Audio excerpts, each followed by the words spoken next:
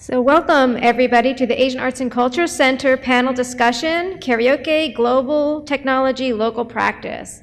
I'm the director of the Asian Arts and Culture Center, Joanna Picori, and I'm delighted to welcome you to this discussion among some of the most passionate karaoke jockeys, otherwise known as KJs, in Maryland. The discussion will be moderated by Bird McDaniel, who's visiting us from Brown University. I'll introduce him in a moment. Before I do so, I'd like to thank the donors who made this discussion, as well as the Karaoke Asia's Global Sensation exhibition possible.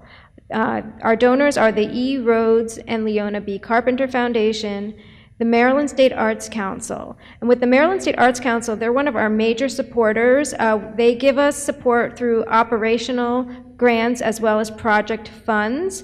And with the funds that we got for project are known as the Maryland Traditions Project Grant, run by the Maryland Traditions Folklife Program. This grant supported specifically the karaoke exhibition, which is basically a community produced learning experience in our gallery looking at the culture and Asian roots and history of karaoke, looking at diverse customs of karaoke in communities both locally and globally. With this grant, we were able to conduct research right in Maryland and document the traditions that are happening around karaoke right here in Maryland. And so I hope that you'll all be ready to visit the exhibition after this presentation, and we do have a reception, our opening reception for the gallery at that point. I want to mention that the Maryland Traditions Project Grants are offered every year, and you can learn more about them by chatting with Dr. Chad Budabaugh, who's here tonight, and he'll be at the reception, and I believe he's brought some pamphlets and things that you can be looking at to learn more about that program. Some of our other major donors include the Towson University College of Fine Arts and Communication, the Citizens of Baltimore County, the Towson University Student Government Association, Yoshinobu and Kathleen Shiota, Roe and Marius P. Johnson Legacy Charitable Fund, PNC Bank. We also appreciate the support of Capital Partners Securities Limited, the Towson University Marketing and Communications Department, the Towson University Center for Student Diversity, the COFAC Diversity Committee, Capital Services Group, the Baltimore Karaoke League, the Singing Machine Company, and the Baltimore Shaman Sister City Committee. In addition, we'd like to thank our Dragon Circle members. We have a membership program. Our members are a very important part of keeping our programming alive at the Asian Arts and Culture Center. We are basically a self-support department of Towson University, serving the campus as well as the community, and through programs like this, we're making those connections. We're trying to foster cross-cultural dialogue through things that have an Asian topic, connecting the campus to the local community. And our Dragon Circle members are Robert Mintz and Beth Armin, Susan Pasinich and Stanley Max, Yoshinobu and Kathleen Shiota, and Santiago Solis. And I would also just like to mention that all of our members are a very important part of keeping our programs going. I believe they're listed in your program. And I would also like to thank the production team who's made this event possible, Heather Sorensen at the COFAC Events and Operations Department, with Ashley Gregg, also part of that department. Everybody's part of that department. John Spivey, who's in charge of this Kaplan Concert Hall, and the audio manager, and Matt Hutchinson, who's helping us today with the sound and setup. And the students that are helping him today are Hallie Beck, Paige Pacheco, Adam Falzarano, and Tori Junkin. And also, we appreciate the help of Sidonia Martin in the TU Communications Department. Within your program, there are evaluation forms. I would like to ask you to fill those all out. That helps us to do better programming in the future, to give feedback to our funders, and all those things that help keep us going. And now I will introduce our moderator, Bird McDaniel. So Bird McDaniel sitting next to me. He's a co-curator of Karaoke, Asia's Global Sensation. He's a lecturer at Tufts University and a PhD candidate in ethnomusicology at Brown University. His dissertation features ethnographic fieldwork on karaoke in Providence, Rhode Island. His broader research interests include technology, culture, and amateur performance of popular music. He is a lifelong karaoke enthusiast. Bird will introduce you to the other panelists, and these panelists are individuals we discovered during our research for this project in Maryland. And I also invite you, in addition to hearing what they say tonight, to check out the gallery because their stories are showcased in the gallery.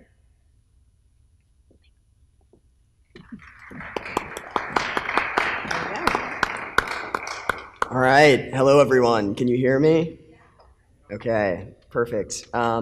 So thanks to Joanna and Nerissa for having me here and for being so accommodating in all of the arrangements of making tonight happen.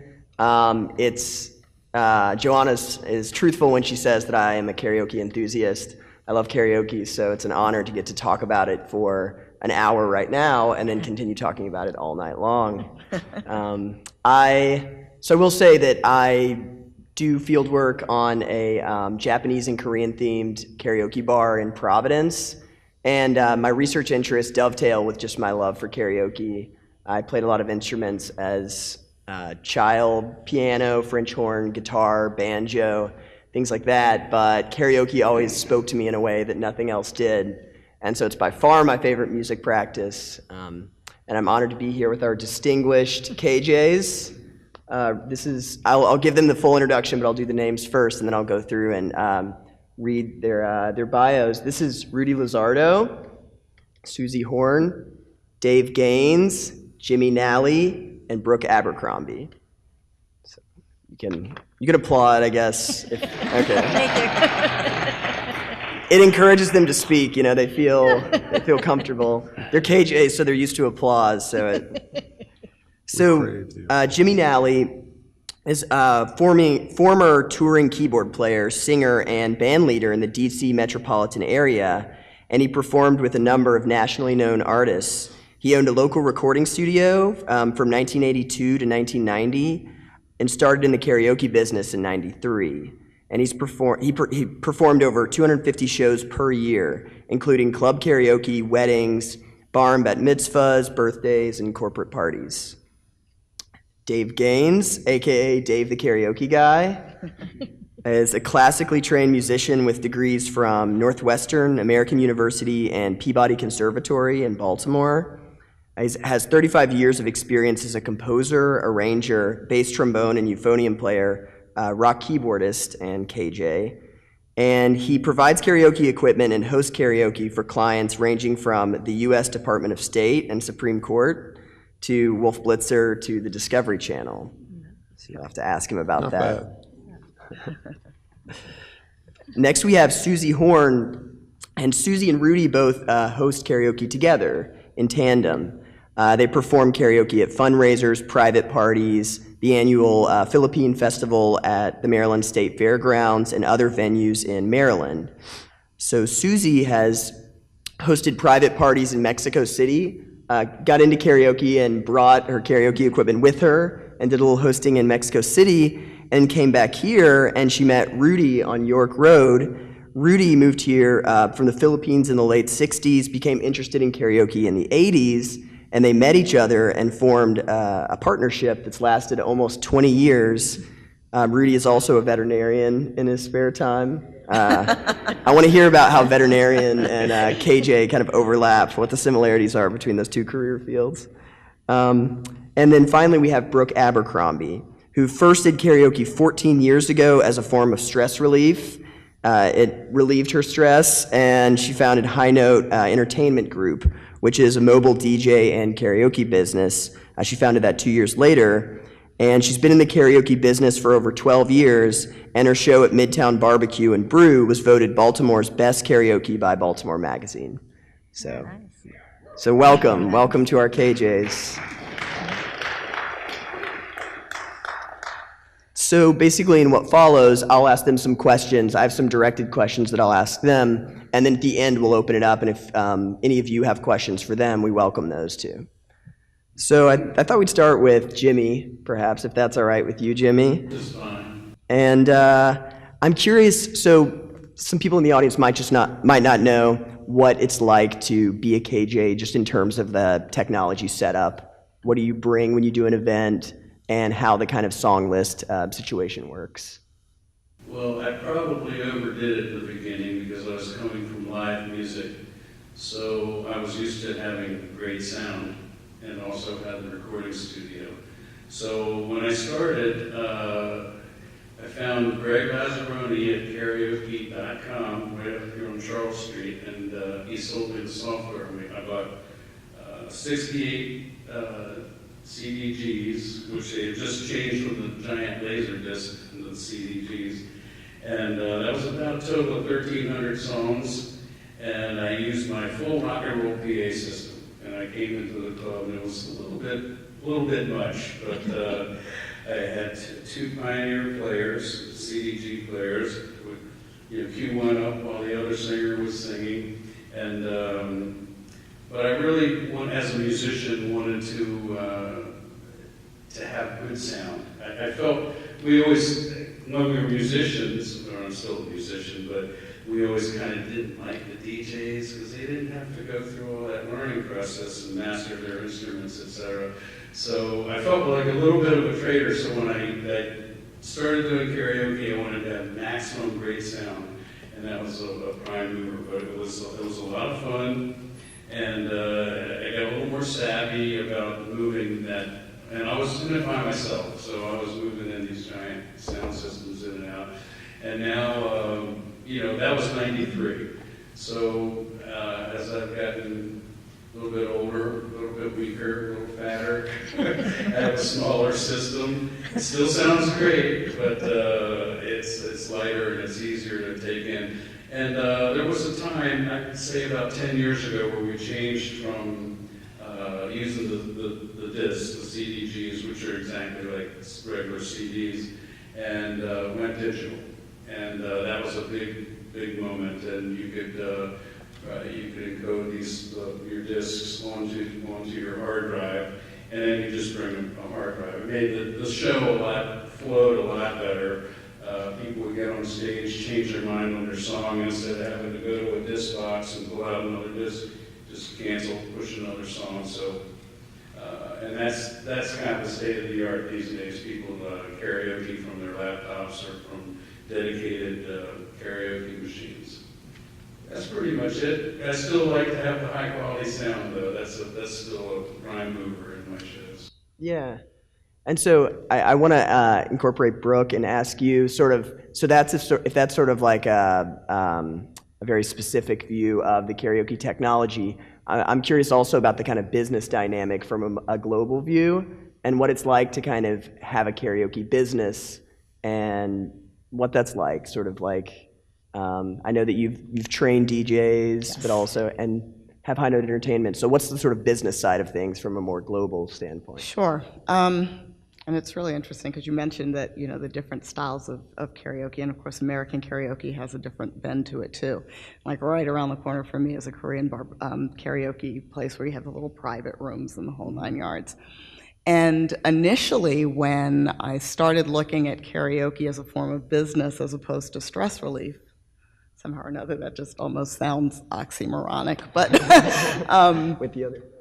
I was thinking about it in terms of starting it as a business for children.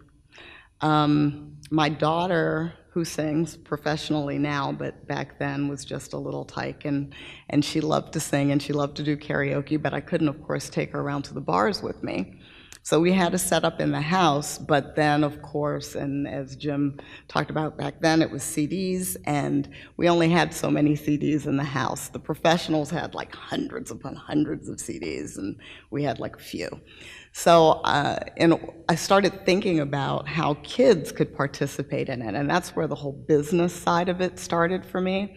I was at a Chuck E. Cheese party with my son, who was only like 3 at the time, and I'm looking around and I started doing the math in my head with all these little parties, and I'm thinking, how could we capitalize on that and do it for kids?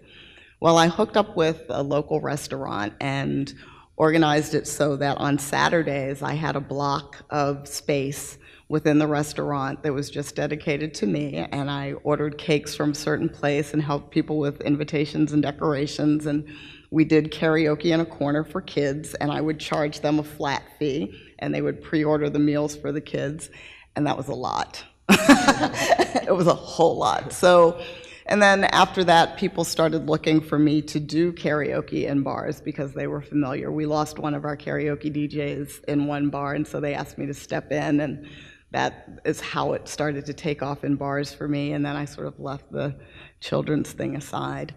And then as Jim described, it went on down the road to, as opposed to, and you can only imagine looking at me, I'm carrying around these crates and crates of discs, and then it moved to, transferring everything onto laptop, and now it's getting to the point where you can even download it and roll from there.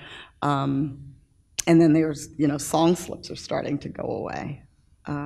But from a business perspective, I had gotten to the point where I'd gotten in demand, and this was back in, say, 2007, and you can only be so many places at once. And I built a secondary system that was actually my backup system, but I started putting it to work for me. So I had a friend who, he had done it once before, but had lost his equipment somehow, and so he went to work for me, and he knew how to run the show. But I had started training multiple DJs and sending them out to do shows back in 2007, and then the economy crashed. So time to get a real job, but it's now on the back burner for me to get back to that point. And I've seen other DJs do the same thing. I know Bar Crawler Karaoke, which is out of Pennsylvania, has a number of different outlets in the Baltimore area, and I attend some of their shows just for fun. Mm-hmm. But yeah, it's getting huge. Yeah. So probably like kind of regular gigs and also like special events too, like weddings, things like that. Absolutely. Yeah. So in addition to those sort of things, I wonder also about the kind of personality dynamics that you have to cultivate, not like as a skill basically. So you have equipment and you build up your song list and things like that, but you also probably have to learn how to be someone who people look at a lot and someone who's kind of like comfortable with that dynamic to kind of intervene when someone's going to drop the microphone to tell them not to, because it will damage the microphone. Susie and Rudy, I know that y'all have a kind of interesting dynamic because you host together, which allows you to kind of, you have a kind of collective personality for that reason. And Susie, you were telling me that Rudy is a good dancer, and Yes, he is. I wonder if y'all might speak to the kind of personality dimensions of hosting karaoke. Go ahead. Well, I think the personalities, that every event is a new event. It's most of the time you have your regular karaoke people, but there's always new people coming as well.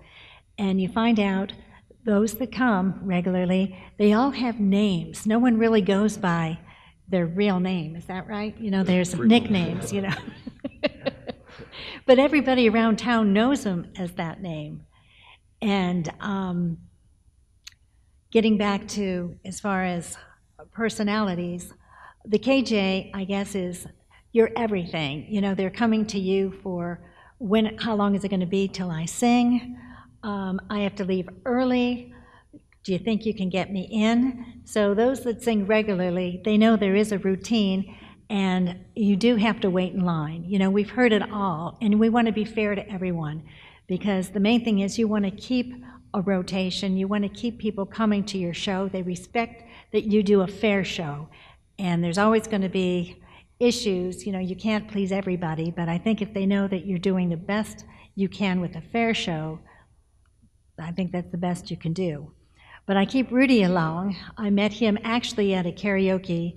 I had just moved back from Mexico City. We've lived there for 7 years, and I was doing karaoke there, but I couldn't do it as a as a job because I didn't have papers. I went with my husband, and I got to work all the private parties from all the expats in Mexico City, all the embassies, so it was very, very rewarding. So when I came back from Mexico, I was just at a regular karaoke show of someone else, and Rudy happened to be there that night with some friends, and we found out that, okay, he likes karaoke too. So over the years, we just decided, let's try and do this together. And people ask, are you married? Yes, but not to one another. But it's been a great, great experience. We do a lot of events. I'd say for the last 5 years or so, I haven't been doing a lot of the bars and the restaurants. I might fill in here and there, but I really enjoy doing the senior centers. We've been doing one Christmas show, I think, for like 9 years now. We also do community, retirement community events, and we've been there 9 years. And when you, well, I'm going to let Rudy speak on that, how these ladies like your dancing, Rudy. What kind of dancing also? Yeah, let me make this in writing, or anyhow, I'd like to tell you that I'm not being paid for being a dancer, but it's a lot of fun. And well, are you done? Go ahead, go ahead. No, go ahead, just one. No, I want you to tell a couple of your stories. Yeah, Well, tell us a story. well, the first time I met Joanna, I told her that I've never been famous in my life. And as you can see, I'm probably the oldest guy here in this panel, so being a member of this panel, this might be the chance for me to be famous. And she's promised that I'm going to be famous one day. But to start with, I came from the Philippines in the early 1966, to be exact. And I'm a veterinarian by profession, and I found out that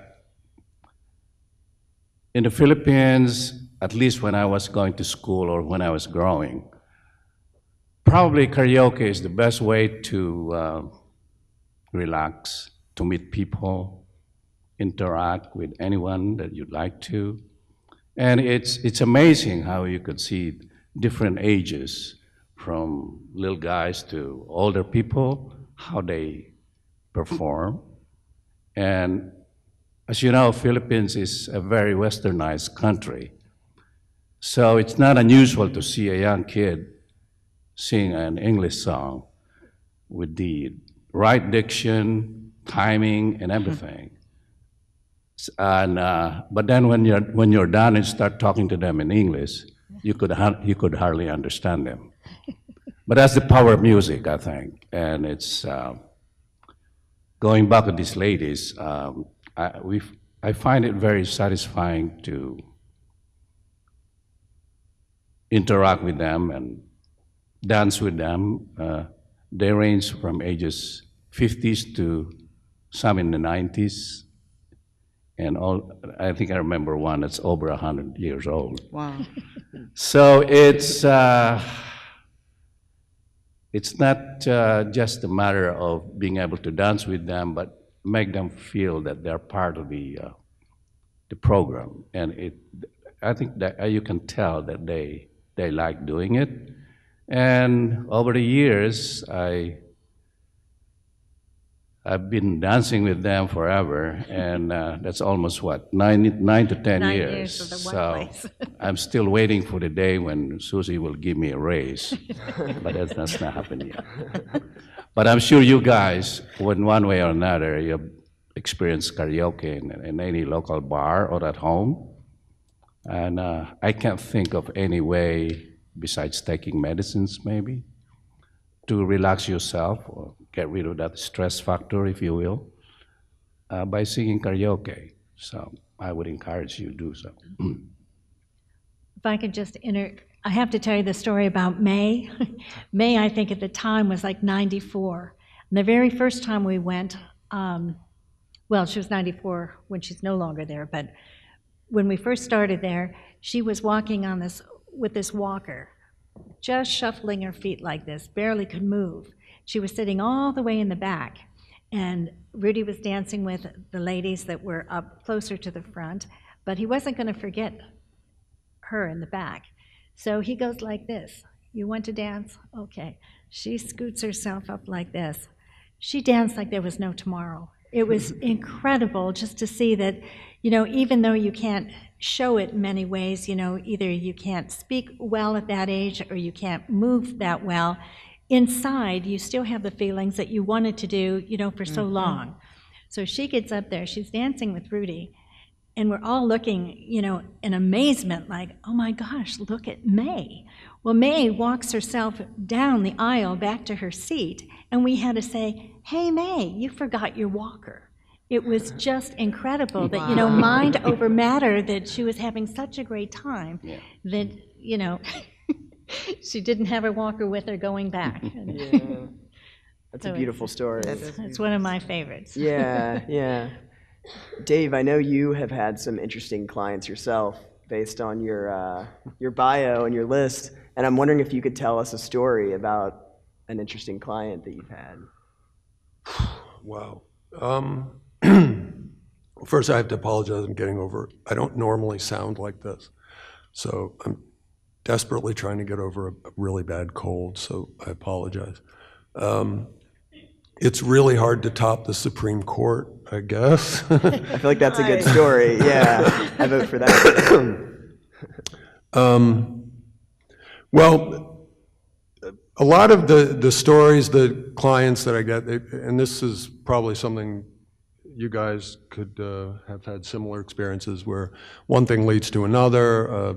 Somebody hires you and they like what you do, they hire you back. A friend of theirs is at the party. Oh, I saw you at so-and-so's party, and this chain goes on. And that's how the Supreme Court gig came out. There's a married couple in Washington, D.C., where I'm based. There are a couple of lawyers live down on Capitol Hill, and the woman was a clerk at the Supreme Court. And if you know anything about the Supreme Court, when I say clerk, I'm not talking about the person who stands behind a counter at a pharmacy. Clerk is a big deal at the Supreme Court. So I did a party for them. I did a party for a friend of theirs, was at one of their parties and called me 6 months later and, hey, do you remember me? I had such a great time. I want you to do my birthday party. So over a couple of years, I did 3 or 4 parties for this circle of insanely well-connected legal types downtown Washington. And not this past year, the year 2015, December, this Maine couple that I'm talking about, they wanted to have a New Year's Eve party at their townhouse on Capitol Hill. And it turned out the woman's husband, who I'd also done a gig for, his parents, her in-laws, were going to be at the house at that time. So, well, it'll be too loud, the house is small, we can't really have the party at our house. So, I'm sorry, I always laugh when I tell this story. She asked, and I think I laughed when I told you this earlier, would you mind if we had it at the Supreme Court? Yeah, I'd really object to that. So she had to ask I forget the Grand High Wismo clerk, or whatever the title is, the person who reports to John Roberts. I mean, I don't know who that person is. I don't want to know who that person is. But that's the person they had to ask for permission to have this crazy karaoke party at the Supreme Court. So I told her that I'd have to think about it. Yes, that would be fine.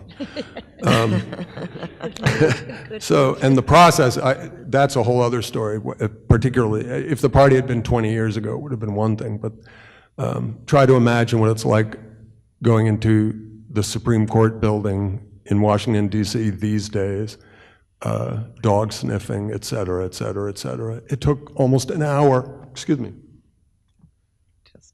It took literally almost an hour for me to get from my car into the building. That's how long the process is. But once you're in, it is extremely cool. It is, whatever postcards you see of the Supreme Court, that's what it's like. And I got tours of wow, Clarence Thomas's chambers, Stephen Breyer.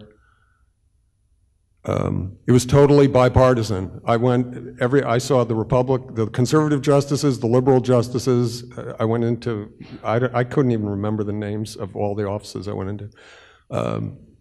The one thing that surprised me the most is, I don't want to go on all night about this, so I'll wrap this up, but retired justices are offered offices there, and some of them take it real seriously. For example, John Paul Stevens, he's still there almost every day. And he walked by as I was pulling all my gear out, and Jimmy, you can imagine what it's like having to open every bag that you have, all the gig bags, the cases, everything. You have to open it all up so that the dog sniff, the guy looks, the guns they have are gigantic. It's pretty scary, actually. And there's John Paul Stevens, and I've got all my stuff lying around. And his assistant, they're waiting for him his car to come out. So those of you who remember the movie The Blues Brothers will appreciate this. That movie came out when I was in college, and I had been waiting over 30 years to be able to say this. John Paul Stevens' assistant looks out, and she looks at me, and she goes, "Are you a clerk?" And I said, "No, ma'am. No, ma'am, I'm a musician."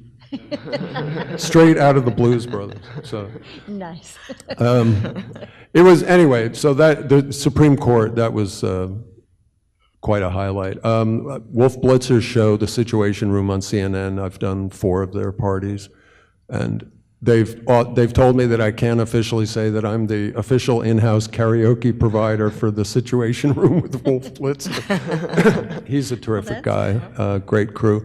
I mean, if you talk about clients, Jimmy, I don't know, you've got way more stories on that end than I do, but my clients have been almost basically without exception, just terrific people, which, looking back when I first got into it, it's kind of like you meet a lot of strangers. You never, like you were saying, you never know who's going to come through the door, how people are going to act, especially when alcohol's involved. But it's been almost uniformly really pleasant. But I don't think anything will ever top a Supreme Court. Yeah, that's pretty hard win. to top. Yeah.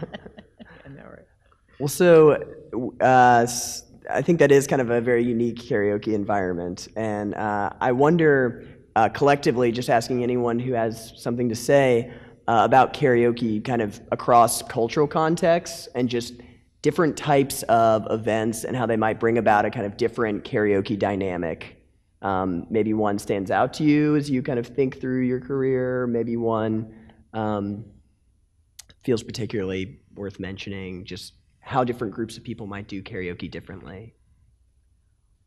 Well, I think when I was living in Mexico City, of course, I couldn't play at the bars and restaurants, but I could go to them. And they did it very differently, at least back in the 80s when we were living there, 80s and 90s. There would just be a man in the booth. You know, he would just call your name, you'd go up, you would sing, and that was it. Where here, it seems, the KJs, we really try and make that time that you're on stage your time and make it the best event we can for you with the sound system, with the introductions, with thanking you, with saying a few sentences, you know, just to get to know you. Where in Mexico, it was very different. And I don't know if it's still that way, but when I was knowing that I was doing karaoke too, I thought, that's one thing I don't want to do. You know, you want to keep it personal and have everybody enjoy everything about it, but the names were just called, you'd go up and sing, and then you'd sit down. You know, there wasn't really much clapping or anything. Very different. I've noticed some, in terms of ethnicity, cultural, some are more interested in big groups, and maybe I'd be interested to hear what everybody has to say about that. Some seem to be really focused on like groups, and it's a group thing, and 4, 5, 6 people coming up, and others, depending on where you are and what the cultural ambiance is, more of an individual thing, and which is more where I came from. So, is there a Filipino? Is there favoring one way of doing it or the other? No, generally it's the same way that we do here, but as you all know, karaoke, if I'm right, it started in Japan many, many years ago, and I wish I know how to speak Japanese, but I don't. The same way with the Chinese people, but I've been to some of their karaoke places, and they seem to be conducting the same way we do, but there's some areas where they would do it on a kind of solo basis, where you're kind of in a box, and then you do your own thing, and you don't even see the person performing, and then it's kind of neat. But I wish that perhaps there's somebody here in the group, I can recognize one that might be able to elucidate on different way of doing karaoke in different countries like Japan, for instance. That sounds like an open offer if anybody wants to chime in. Yeah? In recent years, I've been to two different karaoke events, actually.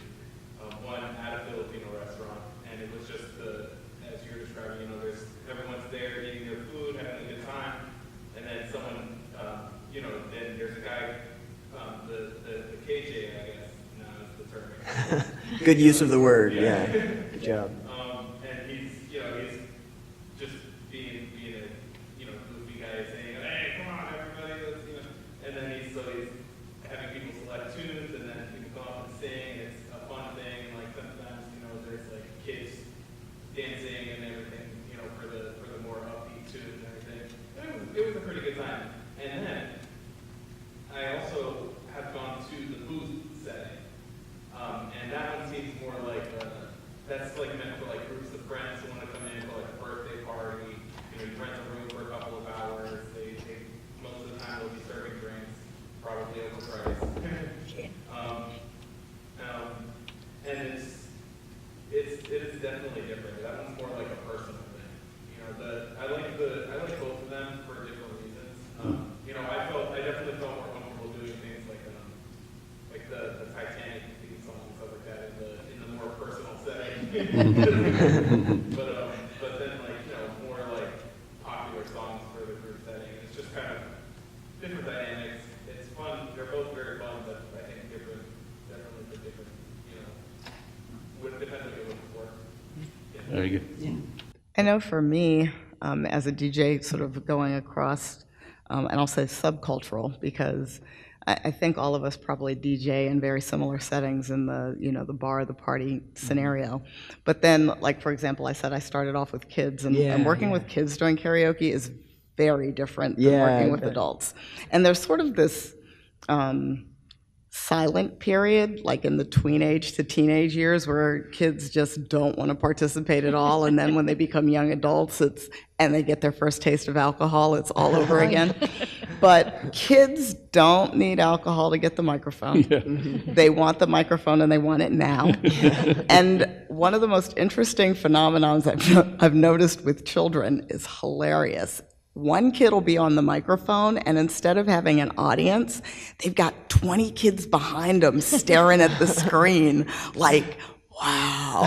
It's hilarious to watch. Yeah. And then, seeing the little itty-bitty ones that just want to get on a microphone and can't read yet. And that's another interesting piece. Like for the 6 to 7-year-olds, 5 to 7-year-olds, for kids who know the words to songs, it's a beautiful reading tool. Because the words are on the screen, they know the words. They can actually see them go by and begin to make the word identification.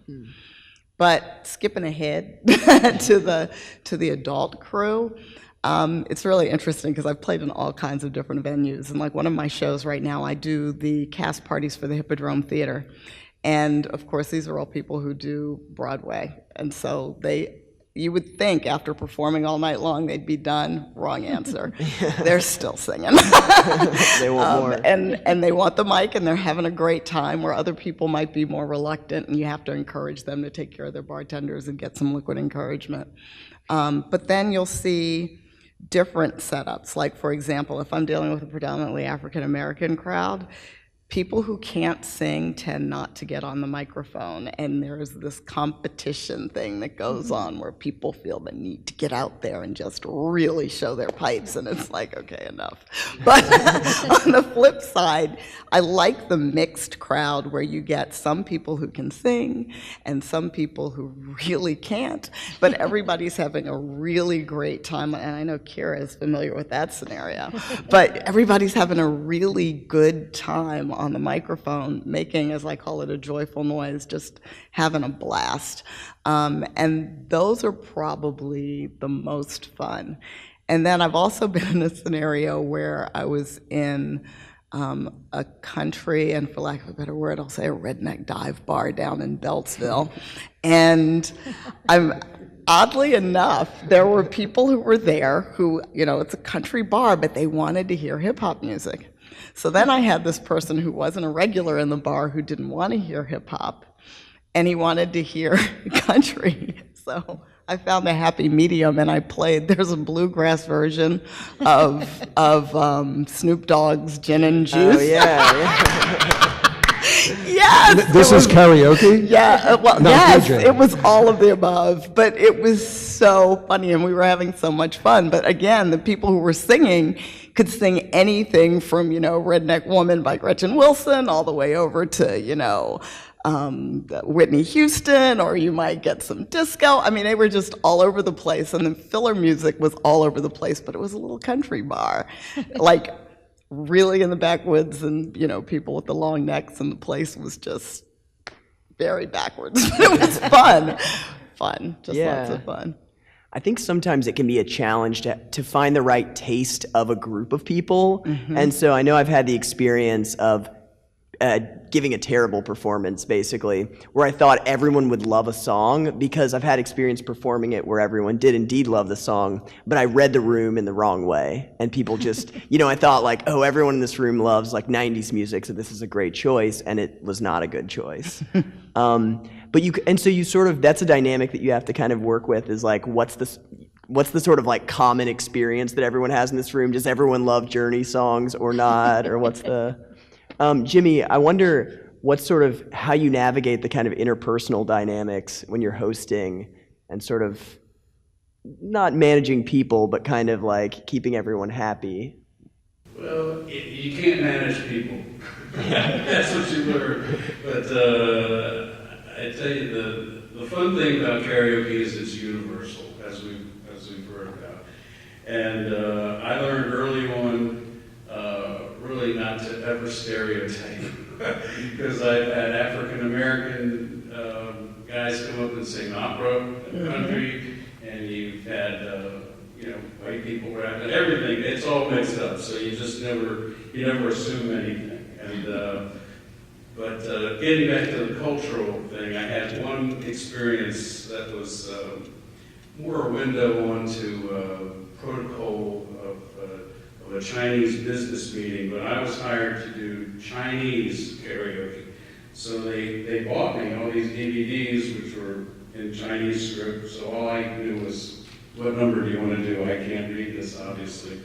And it was just a business meeting of a group, a trade association of Chinese executives at the Mandarin Hotel. I was hired, I waited, they fed me, it was beautiful. And after dinner, the head guy gets up, he comes up, sings this song, nobody spoke English, he sings his song. And of course all his guys, everybody applauds because they're trying to get together to do business. It was very formal, very stilted. Then the American guy, one of them got up and sang maybe Sweet Caroline, something. And then they're open up and about. So there's two songs I've done that I'm hired to do an evening, I thought, of karaoke. And at one point, the head guy of the Chinese delegation gets up and leaves. And they all get up and leave. That's the end. That's the end of it. I said, is that the end of the party? Yes. I went to a stack of DVDs with Chinese karaoke music. So that was my only real, thing that was out of the norm. But yeah, running a karaoke show, obviously, most of the time you're in a restaurant, bar, there's alcohol involved. The dynamic is that you've got regular singers, you have A-list singers that you know are very talented. You have a birthday party over here where they want to put the birthday girl or guy up and she can sing badly, it doesn't matter, they're having fun. I always thought in my mind, people would come up to me and say, why don't you have that great singer sing every other song? Well, the point of karaoke evening is that everyone sings. It's total democracy. And more often than not, the really good singers do karaoke 3-4 times a week. Maybe spend $5 and eat all the peanuts and drink the water. And the ones that are all nervous about getting up are spend it to get a little liquid confidence. And so I don't go through that. Well, I just say it's a democracy. Everybody gets up. I have a very, I'm not rigid, but I keep my queue and my list of singers very fair. There's some people, and I've heard of, in fact, I had a substitute work for me, and my feedback from all my regulars was, he put all his favorite people up over and over again, and he sang too much. That was another thing I learned very early on. In fact, there was a karaoke newsletter, a karaoke newsletter among karaoke patrons.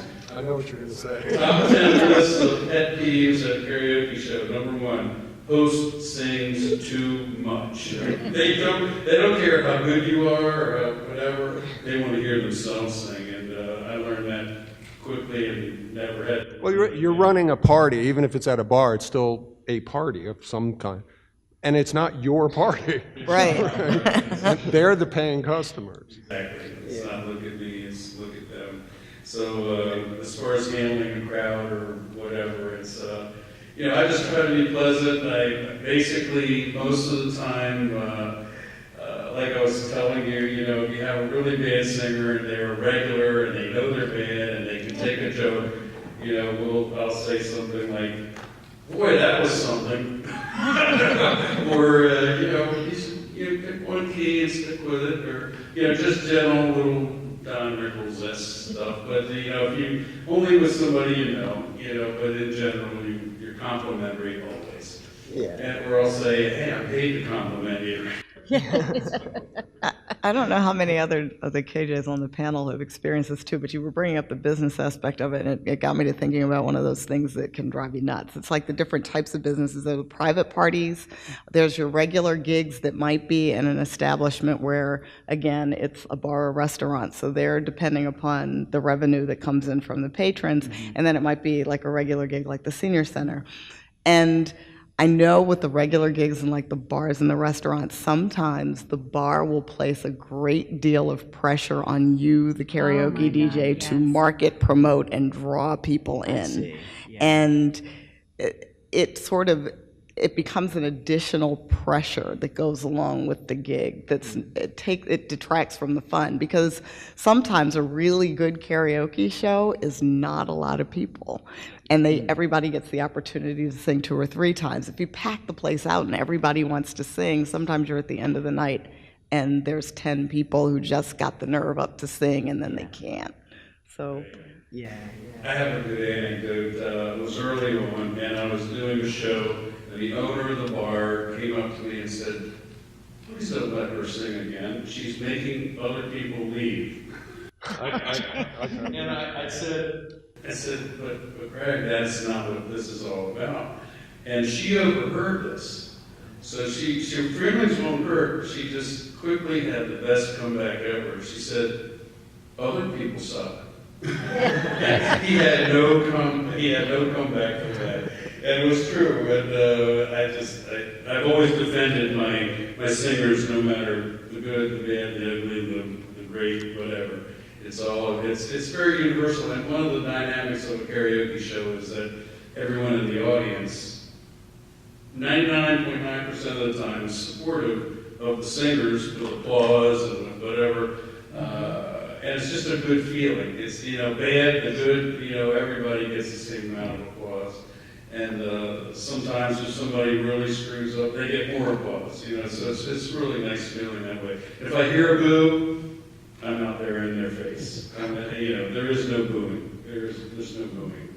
But you know, through the years, I've found out that, well, we all know that we're not everybody's blessed with a good voice.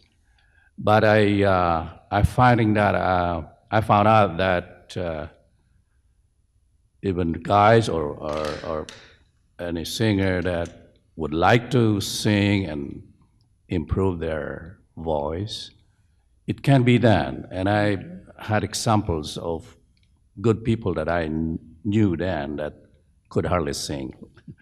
And it became a challenge to these people, to a point that some of them would even buy a karaoke machine, saying, I can do better. And before you know it, they're just as good as anyone. So I think the influence of music and persuasion and ambition and what have you, it makes you feel like you can do it, and something inherent maybe. There's one guy that like you said, when it's his turn to sing, we try to find excuses to go to the bathroom or to any place. But after a while, he was one of the best singers, and I found it out. So it's very inspiring to see people like that. Oh. To your point, Brooke, when you were talking about the pressure, you know, it's like we love our job. If we didn't like it, we wouldn't be doing it. But it's so true. The early days of karaoke, before social media, before Facebook, and all these different ways of getting the word out that you're there, come to my show, it was hard because, you know, you would have maybe 40 singers, and you hope every night that you're working, every 40 of them would be sitting in the audience, and it doesn't happen all the time. And you know, you get there and you're counting heads. Oh, I thought so-and-so said last week they're gonna come. And because you know, the manager, you know, he's looking to see at the end of the night, you know, how much money he's going to bring in. But now with social media, it is a big help. Yeah. So there are a lot of, I guess as KJ, there are a lot of like lists that you're grappling with, and it's both a list of like the kind of tech and the gear that you need to bring with you, the song list itself, and also kind of like a list of reliable people who will come to whatever show you're doing, your kind of like social list, and probably a list of clients as well, places you can play. I wonder if we might open it up to the audience and see if people have questions. Yeah. Do you want to ask it on the microphone? Don't drop it.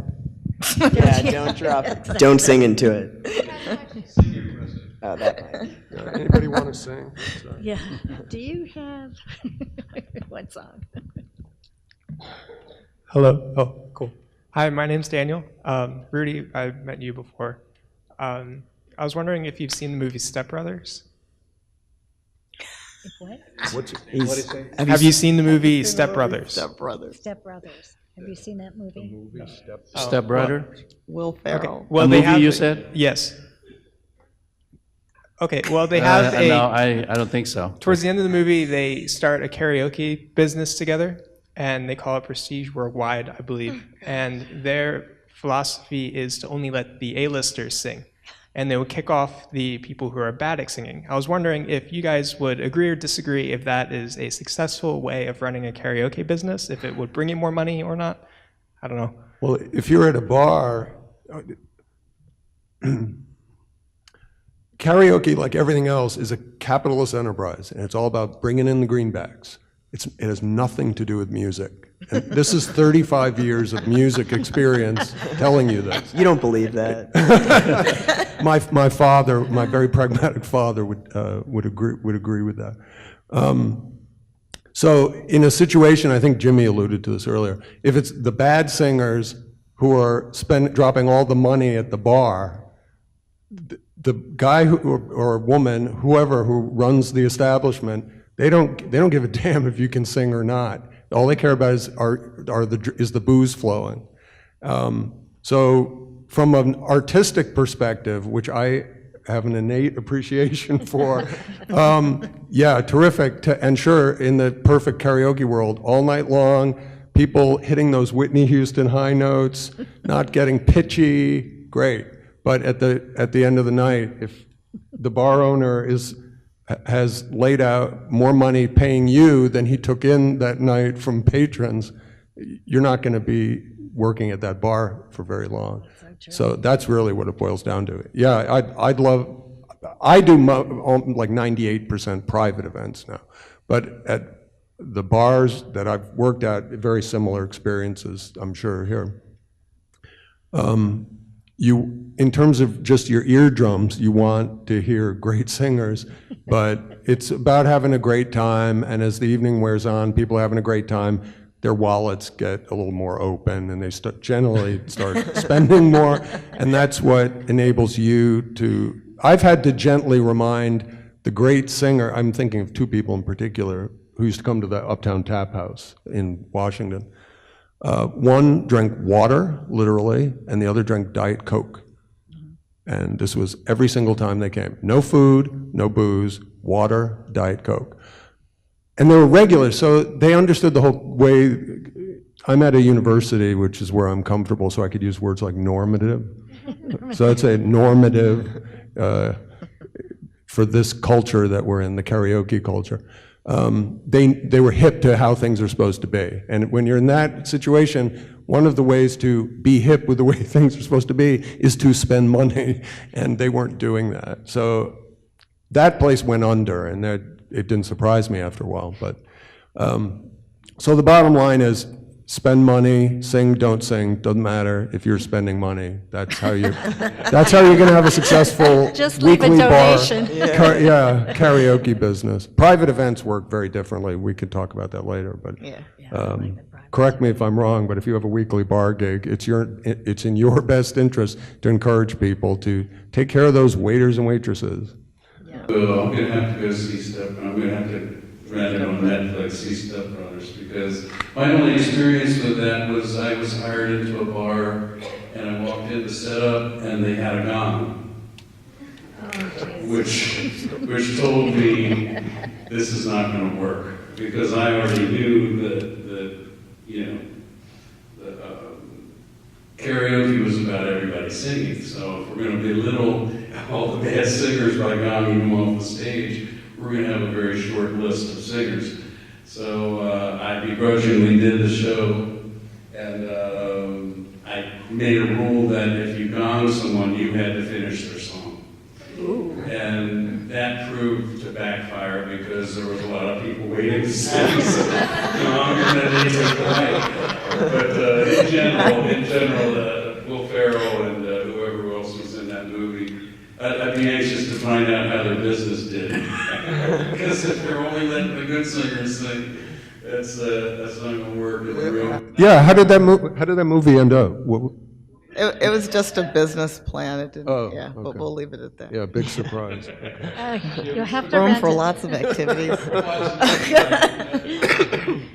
I wonder also, though, what about like good singers who are passionate, though, and not just like good singing, in other words, you can imagine hitting the right pitch or something like that, but also, I mean, someone could say good singers are people who are passionate and are kind of giving it their all regardless of skill and level of ability. Then they're not good singers.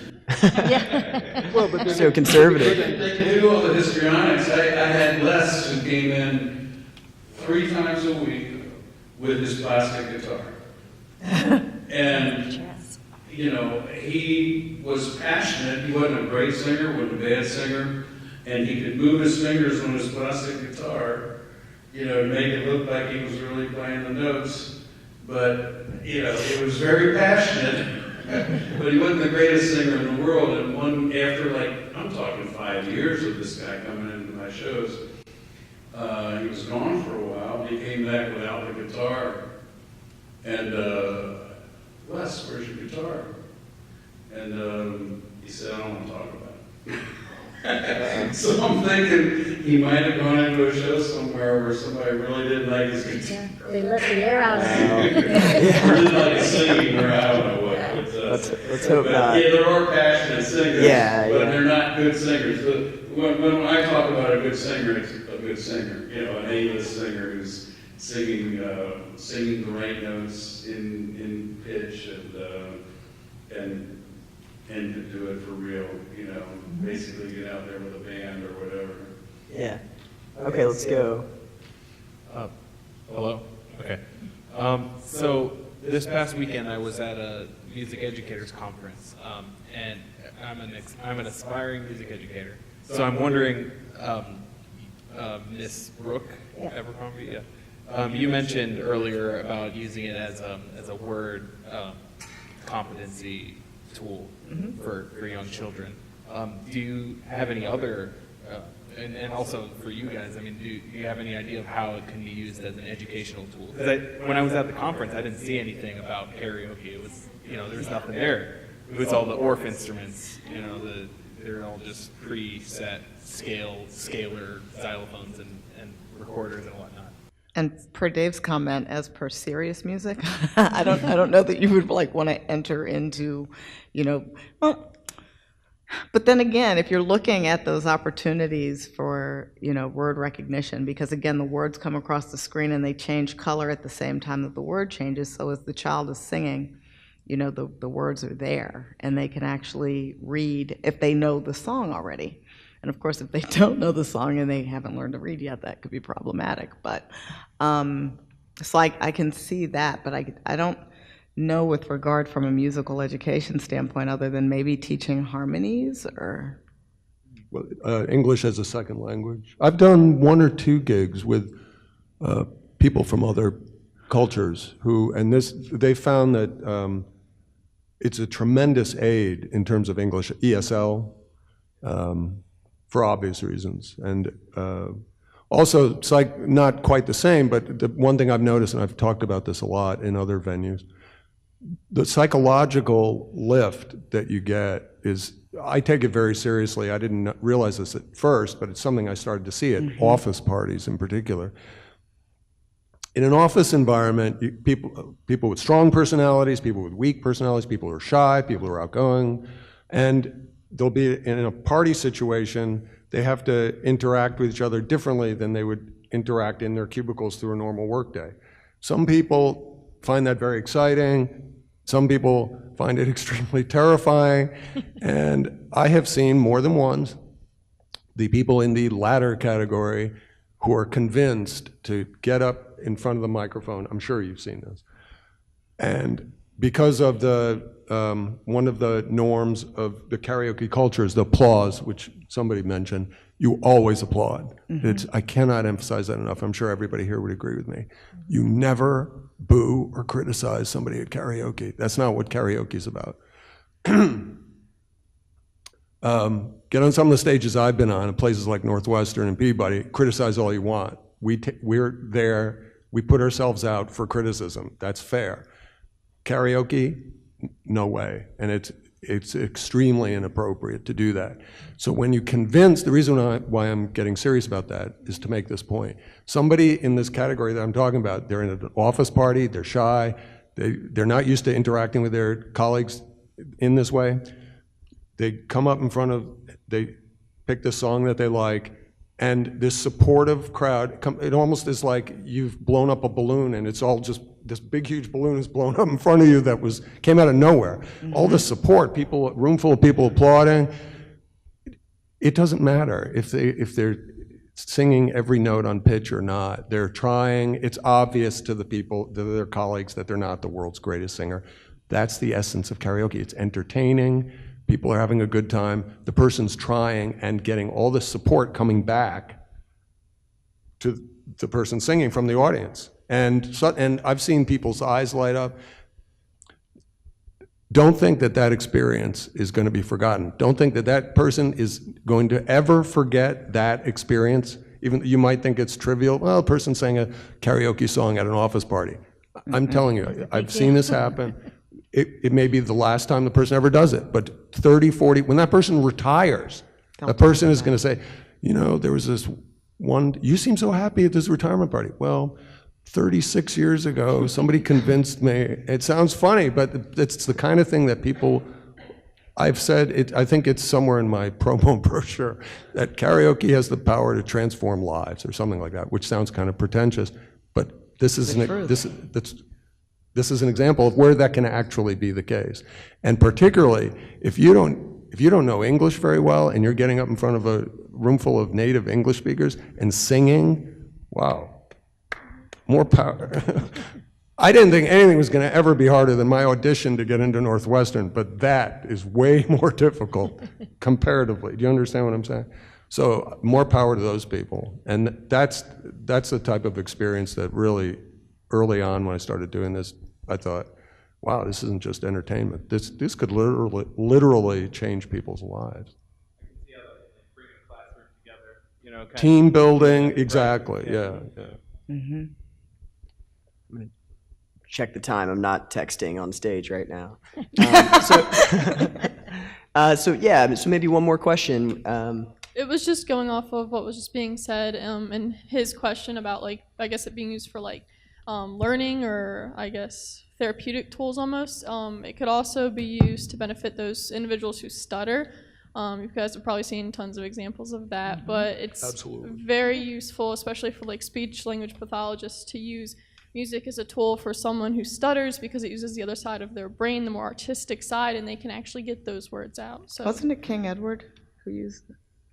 Yes. the King's Speech, that too.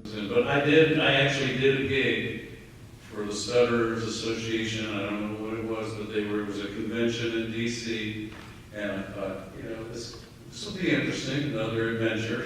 And one of the fellas came up, and I could see all the different levels of shyness and forwardness and whatnot, but 99% of the kids that got up, and they were kids up to 18 years old, whatever, there was no stuttering when they sang, zero. And one fellow explained the dynamic, and he said it goes away.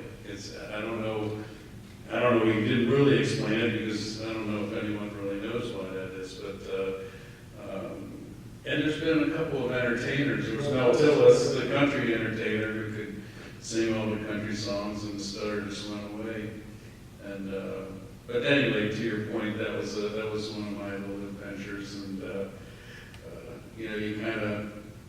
I've also played music for Gallaudet Catholics, and I wondered how they would enjoy the music. Boom, the bass, the bottom end, the bass.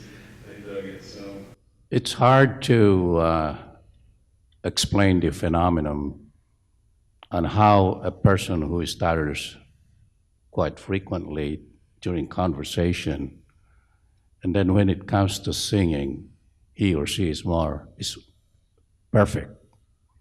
Don't stutter at all. And Susie has one follower that can do just as good as anybody singing country music. It's incredible. And whether or not just the thought of him expressing his emotions, or the power of music, or the presence of audience, and probably perhaps trying to prove himself that he's just as good as anyone else, it works. So I don't know how to explain why. I do about 50% of the work that we do, fundraising. Someone needs fundraising anywhere from the troops, we do that. Someone needs it, or I have a friend who is a barber, and his daughter is autistic, and she's severely autistic, and she's actually in her 30s in an institution. And every year, you know, he'll call me, Susie, can you come out? And he said, I know it's last minute, but I want to get a group together and raise money. Okay. So we go, and the last time I did it, it was just this last summer, but it was the first time that he had people from his daughter's class there. So they were all adults, and I've never had the experience of seeing adult autism like that night. And every one of them could dance and sing, and again, there was no stuttering. It was unbelievable when you're trying to have a conversation with them. It was difficult for them to express themselves. And the one fella, he said, you know, can you do Brown Eyed Girl? Okay. So I'm trying to switch over from the DJ to the karaoke, but right away he heard the music, you know, and I wanted to say, whoa, wait a minute, you know, this isn't the karaoke yet. He knew every single word, did not miss a beat, and never saw any of the words. So it's just incredible how they can retain all of that, and it was a great, great fundraiser. Enjoyed that. There's something really nice. I mean, obviously there's a lot of studies on kind of like music therapy and things like that. And both from the standpoint of like listening to music and its therapeutic qualities, but also for performers who are, you know, kind of working through like, Jimmy, I know you had like vocal things that you worked through singing, but something about karaoke is like in between performing and listening because it's open to anyone who might have musical inclinations and can embrace those, but those people might not feel like they're musical, you know, and so you hear it all the time. People say, well, I'm not musical, I'll do karaoke occasionally, but that's an outlier, that's not who I am or something. But I think that's part of its like therapeutic quality too, is that it can kind of, that perceived barrier to participating in music is not there. Yeah. Well, on that hopeful note, perhaps we'll finish things. Thank you all so much for coming. Let's give a round of applause for our KJs. Thank you. I forgot to say a fun fact. We have over 150 years of karaoke hosting experience on stage. I did the math, and I just wanted everyone to know that. So this was indeed a treat. Yeah, and yeah, I think Jimmy's 140, and then 10 distributed around. Okay. But thank them so much for coming. Thank you. And let's give Bird a round of applause. Thank you very much, Bird McDaniel. And we hope you'll join us for the reception down in the atrium near the Arts Gallery, and come hang out in the gallery, and you're welcome to sing in the karaoke gallery. So thank you, everybody. And sing some